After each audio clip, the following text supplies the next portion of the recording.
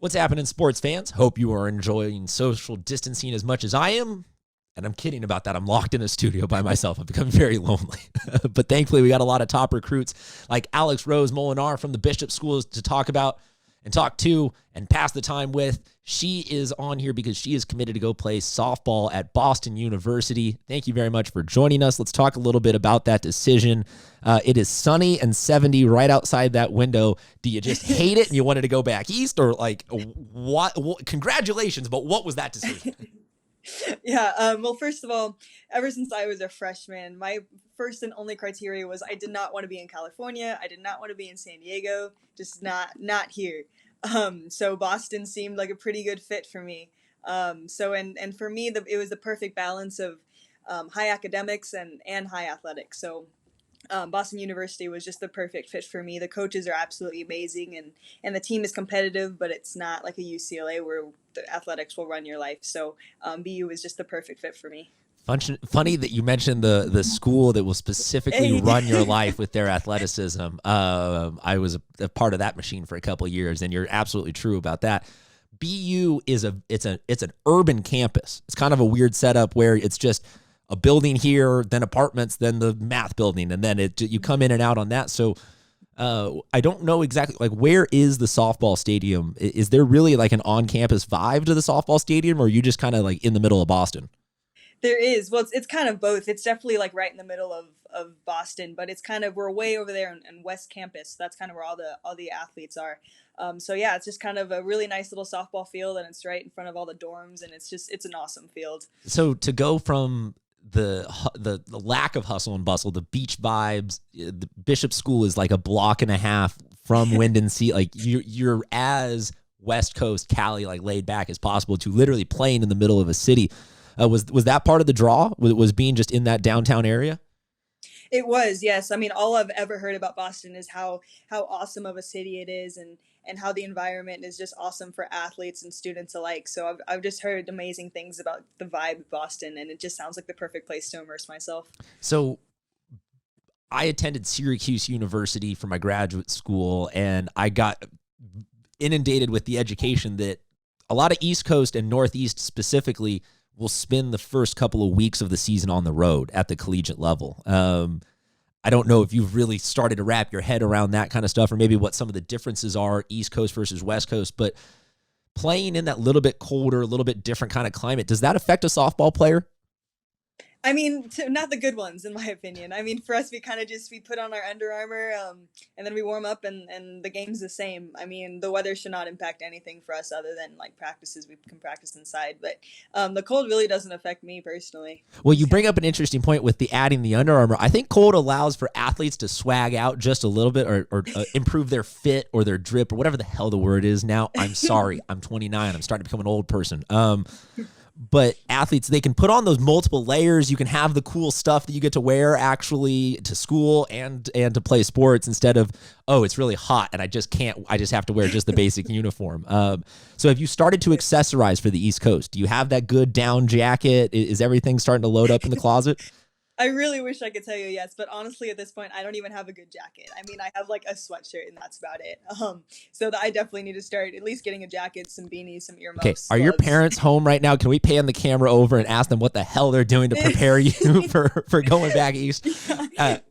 My parents specifically, the first thing they said when I was told them I was going to Syracuse, they looked up the closest REI, and they're like, "We're driving you there right now to get you loaded up. Get a good North Face jacket; it'll become your best friend." Perfect. I'll write that down. It's a lot of dark colors and a lot of black. Let's transition back a little bit to Bishops. Right now, we're all fingers crossed operating under. Give us 6 weeks and we'll be back into the season.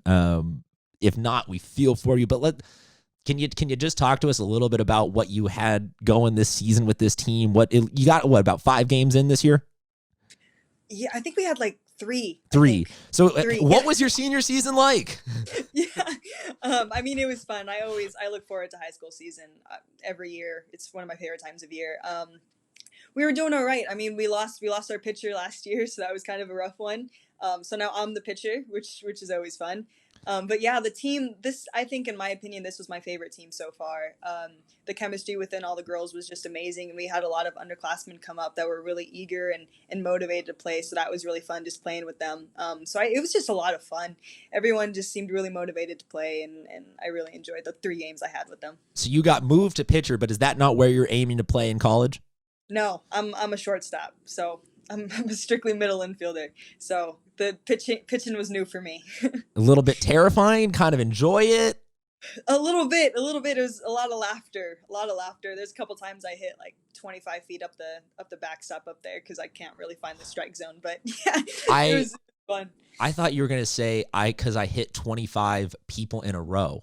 I thought you were going to say that. I thought that's where you were going with that. No. And I just pictured you at practice just plunking some poor freshman over and over. And I'll figure it out.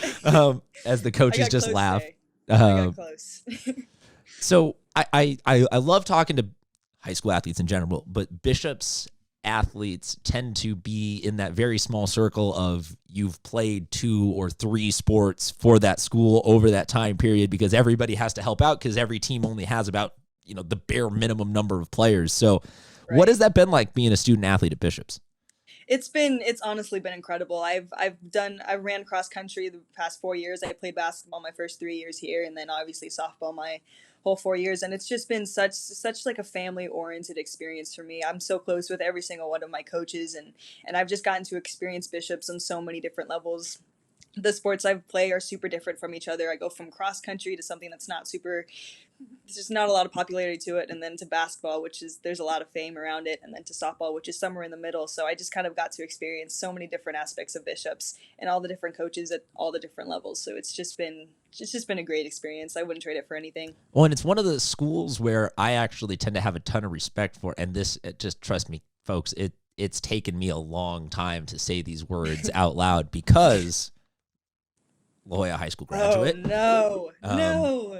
Oh, no. You don't get me started there. We ran that town for a few minutes. Kamal, the teacher at Bishop's, right, was our head basketball coach. Really? I did not know that. Yep. So we would run into your gym chanting, "You're paying him to beat you. You're paying him to beat you." No way. Yeah. Oh, yeah. No. So, but I was going to say, you guys get a ton of credit for everybody supports everybody. Like the dungeon is only so many people deep, but it is all of the basketball players go to support the football games. The football players show up at the water polo games. The water polo players show up at the softball game. That has to be a pretty special environment. It's probably the specialist environment. I mean, there's so many classes and there's so many teams where we all go out and we show up for the water polo team who just won Open Division state champions, and we go over to the theater and watch all of our classmates perform in all these different plays, and it's such a welcoming environment. Okay, wait, has that been something that you have been a part of? Because you say the multi-sports. Has there been has the theater department been like, hey, we need bodies, come be a tree or something like that? Is there that's something that I have not experienced, unfortunately. I didn't get around to it. So Bishop's isn't that multi-layered. You're not going from can you stand at practice for a few minutes and then can you come over and do the lighting and directing on our latest school play? There definitely is that. I know a couple football players who are in the play. So that's definitely that's more than just football players like attention than anything else. They just there's a reason that Twitter is exclusively football for the vast majority of it is because they just like talking about themselves. That's a good point. No argument there. No argument there. Not like there's been, I mean, really, let's be honest, there hasn't been much talking about any Bishop's football player in the last couple weeks anyway. So I don't know why we would even make a joke about that. Like, I know nothing. Your coaches, we talk about wearing multiple hats. A lot of your coaches wear multiple hats. They'll be the head coach. They'll be the administrator. Right. Any funny stories you're willing to share with your about your coaching staff on the off chance that you don't have to ever do any punishment conditioning off of this and you can just freely tell us some funny stories? Yeah. Just recently, our head coach Al Gomez. It's kind of a joke around the team that I have a weird phobia of oranges. It's not, I wouldn't say a phobia, but it's like extreme. I apologize for the shirt. No, not the color, the fruit. Like I can't stand them. Like I don't want to get close to them. So it's kind of a joke around the softball team. So one day, before practice, I got my bag out and I opened it and there was an orange in there and I completely freaked out and I got so mad. I was like, you guys, who put this in here? And I looked at Coach Gomez. I was like, was this you? And he's like, no. And I was like, all right, I guess I believe you. And then soon enough, he was like, no, it was me. And I was so mad because he just put the orange in there. But he's like so calm about that kind of stuff. He's such a calm, cool, and collected dude in those moments. He is. He just with a straight face. He was like, no, it wasn't me. And I was like, all right, I guess I believe you. But he's such a trickster once you get to know him. Yeah, for being an admin, he's sneakily good at kind of being not going to say a liar, but a director of misinformation at his own players so joyfully and willingly. It's quite funny. Have you talked to him at all about his Chick-fil-A habits? His chicken, yes, I have. In fact, like some of my he's a mad scientist of Chick-fil-A food. He is. He has the app and everything where he gets like free rewards for Chick-fil-A. So every now and then he'll give me one, and during one of my free periods I'll go to Chick-fil-A and I'll pick him up some sandwiches. Well, but it's also not even just that he gets the app and the rewards. I've had discussions with him about, you have to try the chicken hash brown scramble burrito, and I'm like, but I'm like, Al, where did you reach a point in your life where you're detouring to be like, let's go past the chicken sandwich and let's go past the grates? And he's like, Chicken and Al Gomez are a great couple because they get along so well in so many different formats, it would look like. Exactly. He's definitely a food connoisseur. He's a great chef. He's just obsessed with food. So he's a man of many mysteries and talents. Exactly. That's one way to put it. Maybe we'll get him on the podcast someday. Oh, please do. Please okay, do. Fair enough. And we'll let you be one of the other little squares here, and we'll let you host it. And please do. Deal. I hate asking this question, but I kind of have to ask this question sometimes because there is a hypothetical where we don't come back to high school sports. If that does happen, I like to ask everybody, what are you going to miss? What are you going to miss about Bishops? I'm seriously, it's a pretty bland answer, but I'm going to miss everything. Like, I've never been so invested into a community. It's somewhere where I literally walk on campus and I genuinely feel at home. There's not a lot of places I can say that about. It's a combination of my coaches and my counselors and my friends and my teachers, and every single aspect of Bishops is something that comforts me in every single way. So just being on campus and interacting with everyone I love is something that I'm going to miss more than anything. And I miss it already. I just miss walking to class at this point because just sitting on my computer and FaceTiming everyone isn't enough for me. So I was going to say the digital options are only so good and they can only fill you in for so long. Do you have a tee in the backyard? Are you still able to do some sort of softball right now or not really? Oh, absolutely. Yeah, I have a cage in my backyard, and my little brother Jake, we hit in there all the time. We take ground balls, we play catch. There's some ping pong breaks because we have a ping pong table as well. So, yeah. Yes, I have that as well, but no brother to play it with. So social isolation when you're I'm trying to figure out how to tip it up against a wall or something like that and play against myself.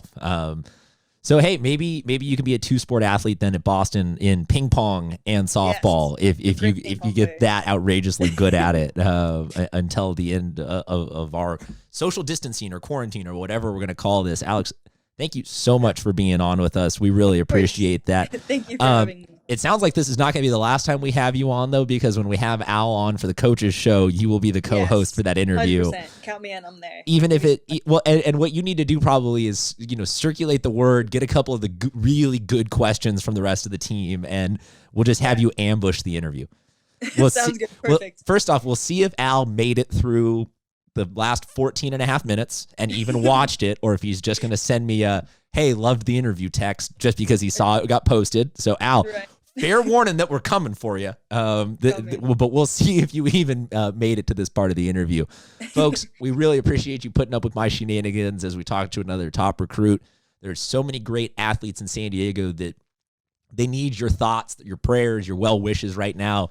Send them a what's up. Send them let them know that you are missing having them and their actions in your life, because we're all realizing that sports were something that, not going to say we took it for granted, but we didn't get enough out of all the random little moments in it. So, Alex, thank you very much for joining us, and hopefully we'll talk to you soon.